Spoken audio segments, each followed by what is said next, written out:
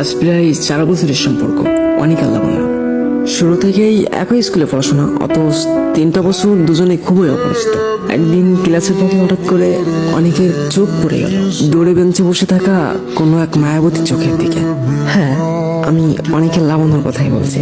প্রতিটা প্রেম ভালোবাসার গল্পের শুরুতে তো একটু দুষ্টামি থাকে, ঠিক তেমনই এই গল্পও শুরু হয় অনেকের একটু পাগলামি আর দুষ্টামি দিয়ে।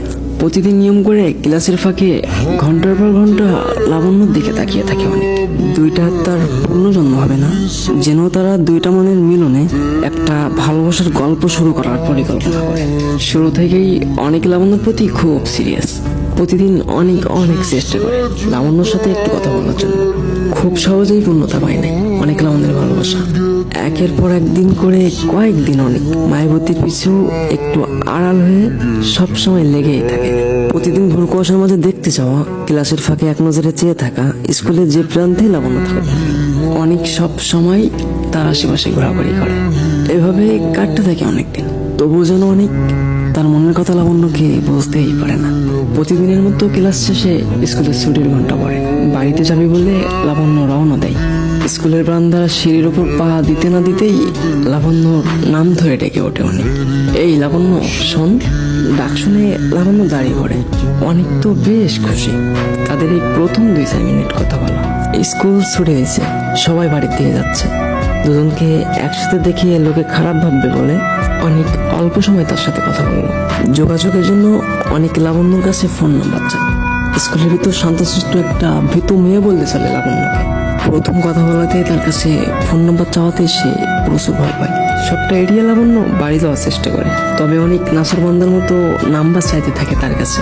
অতঃপর অনেক বেশি জোর করাতে লাবণ্য তার ফেসবুক আইডিতে যোগাযোগ করবে বলে জানায়। তৎক্ষণিক অনেক লাবণ্যর কাছে ফেসবুক আইডি চায়। সে না দিয়ে উল্টো অনেককে আইডির নামটা লিখে দিতে বলে।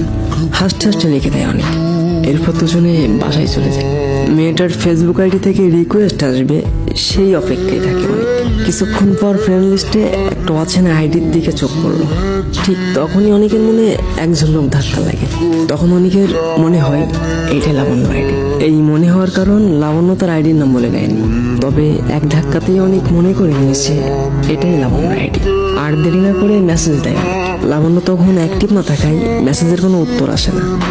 পরে মেসেজে রিপ্লাই দেয় লাবণ্য। এইভাবে ধীরে ধীরে তাদের ফোনে কথা বলা শুরু হয়। নীল আকাশের তারা, এটা ছিল তার প্রথম আইডি। অনেকে আইডির মাধ্যমে তার সাথে প্রথম কথা বলে। কম বেশি করে হলেও প্রতিদিন তাদের কথা হয়, তাই অনেকে আর বেশি দিন তার মনের কথা লুকিয়ে রাখতে পারে না। 2-1 কথাই লাবণ্যকে তার মনের কথা বলে। একটু একটু করে তার সম্পর্কে জানতে থাকে। ওই, তোর কি কোনো ছেলে বন্ধু আছে? কারোর সাথে কথা বলিস তুই? সে না বোধক উত্তর দিল আর বলে উঠল, কেন, কি হয়েছে? এটা শোনার পর অনেক যে লাবণ্যকে পছন্দ করে সে কথা জানিয়ে দেয়। কোনোভাবে তো রাজি না লাবণ্য, এসব নাকি ভালো লাগে না তার কাছে। তারপরেও অনেক আঠার মতো লেগে থাকে লাবণ্যর পিছু। পরবর্তীতে লাবণ্য অনেকের মধ্যে কি হয়েছিল দ্বিতীয় পার্টি দেওয়া হবে।